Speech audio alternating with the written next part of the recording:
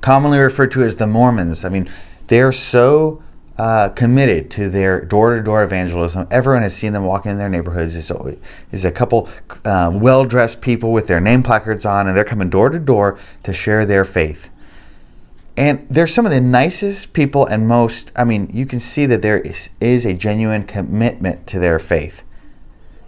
Unfortunately, I've had them come over to my house, and I can see that they genuinely want me to join their faith. But unfortunately, there's some major problems that stand in the way between me as a Christian accepting their faith. And it's very interesting because Mormons, especially more and more, I feel like today, are very quick to describe themselves as Christians. If you go on the Church of Jesus Christ of Latter-day Saints websites, there's a section on there letting you know they are a Christian faith. But I think the difference between the LDS faith and the traditional historical form of Christianity comes down to the teachings of a guy named Joseph Smith. In the very beginning of the beginning of the faith, the beginning of Mormonism, a guy named Joseph Smith in the early 1800s appeared and said, he started going around and preaching that he was a prophet sent by God. And what Joseph Smith taught was that after the time of Jesus, many of the plain and precious truths, the things that Jesus really wanted you to know, have been lost by the apostles in the following generations, and that some of the key things of the Christian faith were no longer being taught on earth. And that now 1800 years later, after Jesus' death, Joseph Smith has arrived, been sent by God to return all the lost teachings. And so it makes sense that if he's being sent by God to return these key teachings, that there would be key differences between Mormonism and Christianity, or at least the historical form of Christianity, the traditional form. And Joseph Smith, throughout his life, he translated what he said was book of ancient scripture, and then he gave new commandments from God, kind of like Moses gives commandments to the Israelites. Joseph Smith gave as many proclamations that he says are from God, and those are written down as scripture, and those are the key scriptures. So the people who belong to the LDS Church, they read the Bible, but they also hold to additional books of scripture, and those are the key distinguishing scriptures, the things that set them apart from the traditional form of Christianity. One of the big problems, though, is that there's a few teachings of Joseph Smith, of their theology, that really butt up against the strengths of traditional Christianity. For 1800 years before the time of Joseph Smith, Christians had developed a series of evidences for why Christianity was true. In the very early days, in the first couple hundred years after Jesus, you already see apologists, people who are writing extensively about the Christian faith and why you can accept it as true. They developed all that time many arguments for why Christianity was likely true.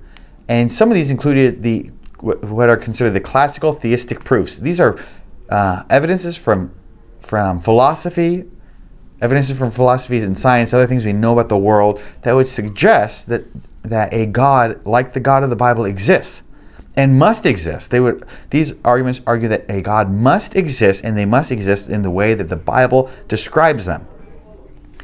So two of them today we're going to talk about. I'm not going to go into each argument. We have some other videos on the site. Feel free to look at them if you want to go a little more in depth. But one is the argument from creation, that since the universe appears to have begun in the distant past, that all time, space, and matter began, that there must be something which is timeless, spaceless, immaterial, personal in nature, God. There must be somebody like God who always existed and had decided to create the universe. And Christians will argue from the existence of moral laws, that because people have a moral obligation to one another, there's some things that are really good and really evil, that this suggests the existence of a person who transcends all other people, whose nature and will defines what is right and what is wrong, and that person who is above all things, transcendent above all people, is God. And he must exist, since moral laws do clearly exist. Some things really are right and really are wrong. Now, these are great strengths for the Christian. The Christian teachings in the Bible match what we can see from philosophical reason and from science. We know from science that a Big Bang occurred in the distant past, in which everything began.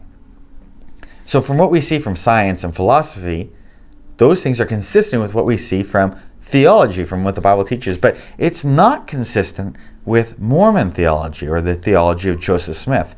See, Joseph Smith made a couple key changes to Christian theology, and one of them is in the concept of God, where Christians and Jews, or the believer, from the time of the Old Testament to the time of the New Testament, it's very clear that there's only one God, and that God, from that one God, all things came.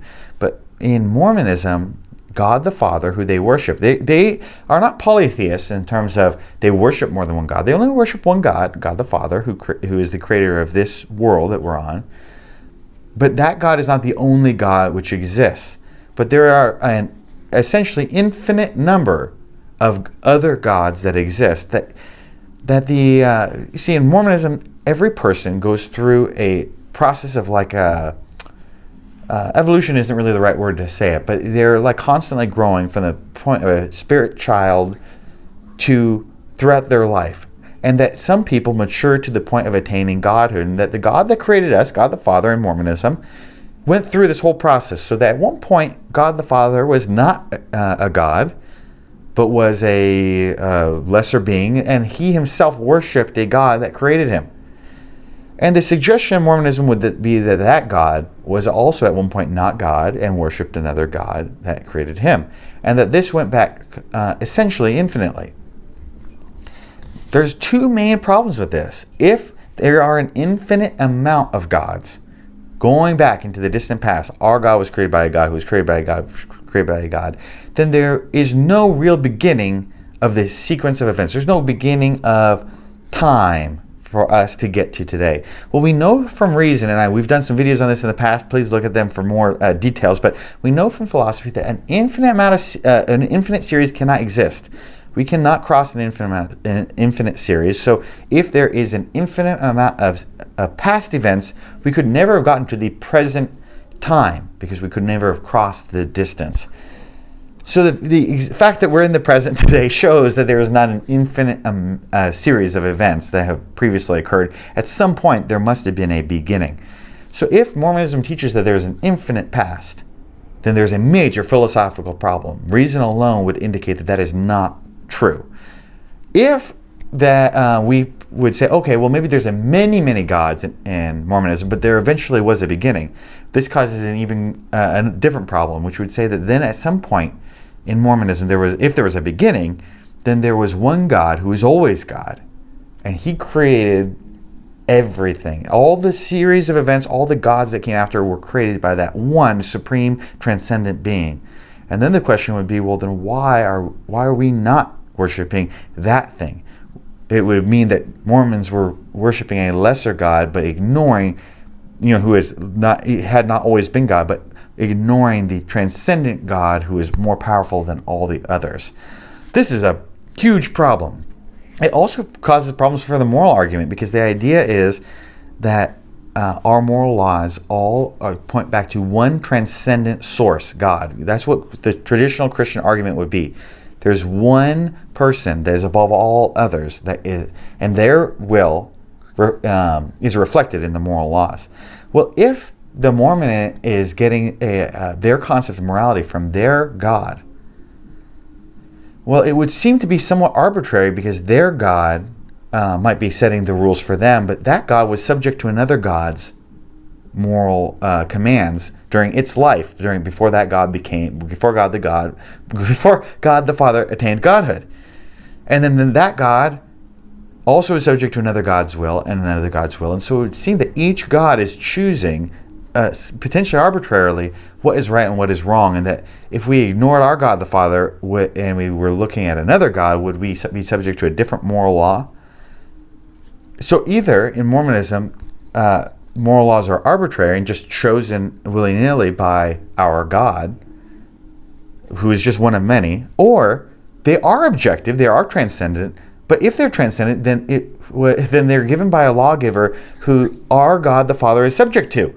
It would again basically point to the idea that at the beginning of the series of gods, there was one God who was always God, and that his commands, his nature was defined what was right and wrong, and that all other gods were subject to his nature.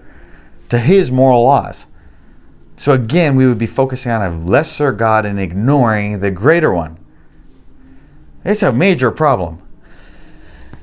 I know that Mormons today would love to describe themselves as Christians.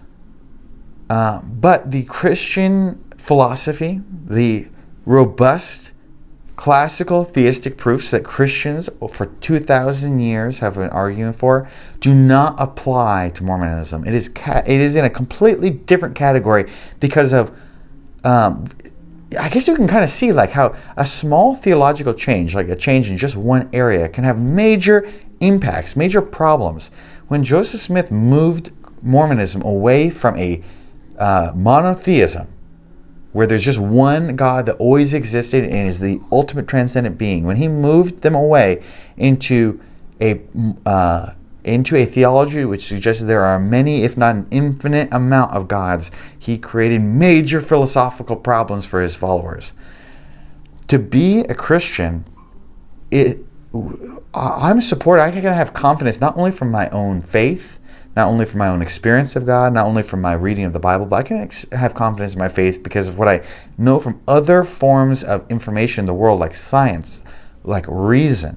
But for me to, when the missionaries come over, they would love for me to leave my Christianity or my traditional form of Christianity and move to a faith in the LDS Church. But for me to do that, I would have to exclude what I know from philosophy, exclude what I know from science, and adopt a theology which I must truly take only on faith, because it is not just that it's not supported by philosophical reasons, but it is actually it spits in the face of these philosophical reasons. Unfortunately, to accept the theology of Mormonism would be to accept things that I know are not true from philosophy alone. I know there cannot have been an infinite series of events in the past. Yeah, I would have to accept that to join the LDS Church. And it's a major roadblock for me. I would love to think that the Mormon people in the LDS Church, I would love for them to see that they don't have to accept Joseph Smith's theology to find Jesus. The truth of Jesus is out there, and it is compatible with philosophy, with science, because it is the truth. It is actually true. Unfortunately, Joseph Smith added a bunch of baggage to Christianity that is going to distract from the truth of Jesus. I would just hope that those in the LDS Church can eventually see it.